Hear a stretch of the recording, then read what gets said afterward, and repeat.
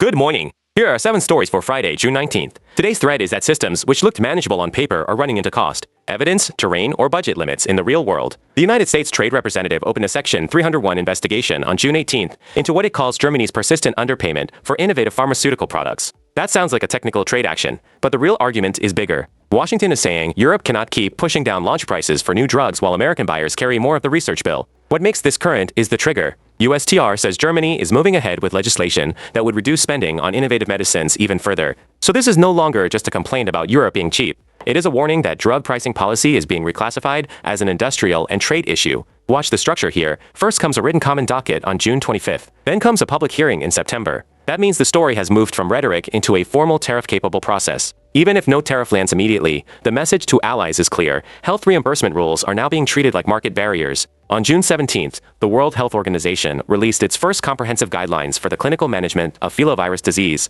covering Ebola and Marburg together. The timing matters because the Democratic Republic of the Congo is already fighting a Bundibugyo Ebola outbreak, so this is not an academic release. It is an attempt to standardize what frontline teams do while the outbreak is still live. The headline number is 16 evidence-based recommendations. But the more important shift is conceptual. WHO is pushing clinicians to treat early supportive care, fluid management, monitoring, and shock response as the place where survival can change instead of waiting for a perfect therapeutic answer. That is why this counts as a real development, not just a paperwork update. The outbreak story is no longer only about case counts and border risk. It is also about whether treatment protocols can get more systematic, earlier, and more consistent across different filoviruses instead of being rebuilt one outbreak at a time. The FDA said on June 18th that Clover Hill Dairy expanded its recall to all cheese products manufactured at its facility because of possible listeria contamination. Earlier, this looked like a narrower soft ricotta or ricosine problem. Now it is a much broader distribution story. The CDC's outbreak update said 9 people had been sickened, 8 had been hospitalized, and 1 person had died.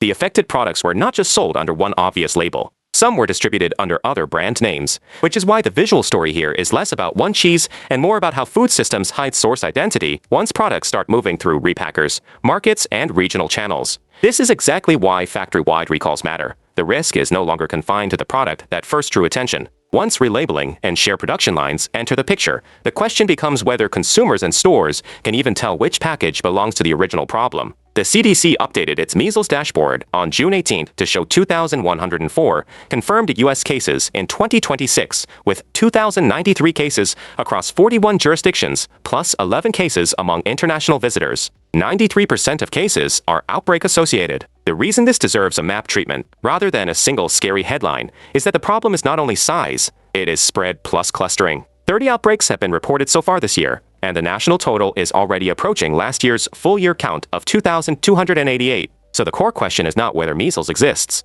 It is whether public health systems can keep outbreaks geographically contained once under-vaccinated communities, travel, and school exposure start connecting. A widening map tells you something a national total cannot. Transmission is no longer a one-state embarrassment. It is a distributed resilience test, and there is a policy edge here too. When measles becomes this geographically distributed, response quality starts to depend on whether local surveillance, vaccination outreach, and public communication remain strong at the same time. A country can still have an advanced medical system and fail this test if trust, uptake, and rapid local containment do not hold together. ESA said on June 17th that Ariane 6 launched 36 Amazon low Earth satellites using 4 upgraded boosters, each carrying 14 tons more propellant, setting a new European weight record. That sounds like launch theater language, but the business meaning is sharper. Europe is trying to show that Ariane 6 is not just back, but scalable. Carrying a large Kuiper batch matters because mega constellation economics reward cadence, payload mass, and reliability, not prestige alone. A heavy launcher that cannot move from symbolic success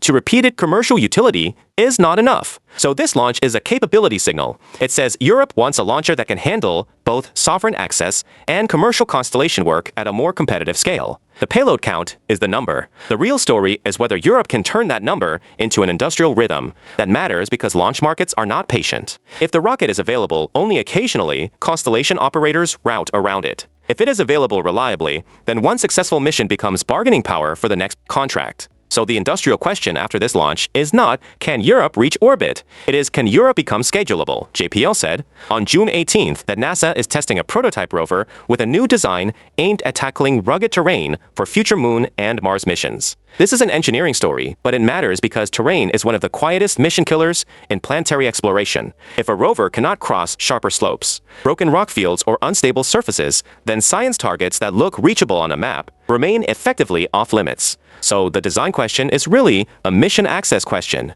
Better mobility expands what counts as a practical landing zone and what counts as a realistic science path after landing. That is why this is more than a lab demo. The future advantage is not simply a smarter rover. It is a rover that can keep moving when terrain becomes the bottleneck between a successful arrival and a useful mission. The IMF published a new policy tracker and fiscal warning on June 18th, arguing that governments have already rolled out nearly 900 measures across about 170 countries in response to higher energy and food prices. The point is not that governments acted. The point is how expensive emergency action becomes when shocks persist. Subsidies, tax cuts, and price caps can buy time, but they also consume fiscal space that would otherwise be used for investment, debt reduction, or future crisis response. In other words, a shock that first appears in oil and food markets can quietly reappear later as a budget problem that makes this story useful beyond the current moment. The IMF is effectively saying that short-run cushioning is turning into medium-run constraint. What begins as relief can end as less room to maneuver when the next shock arrives.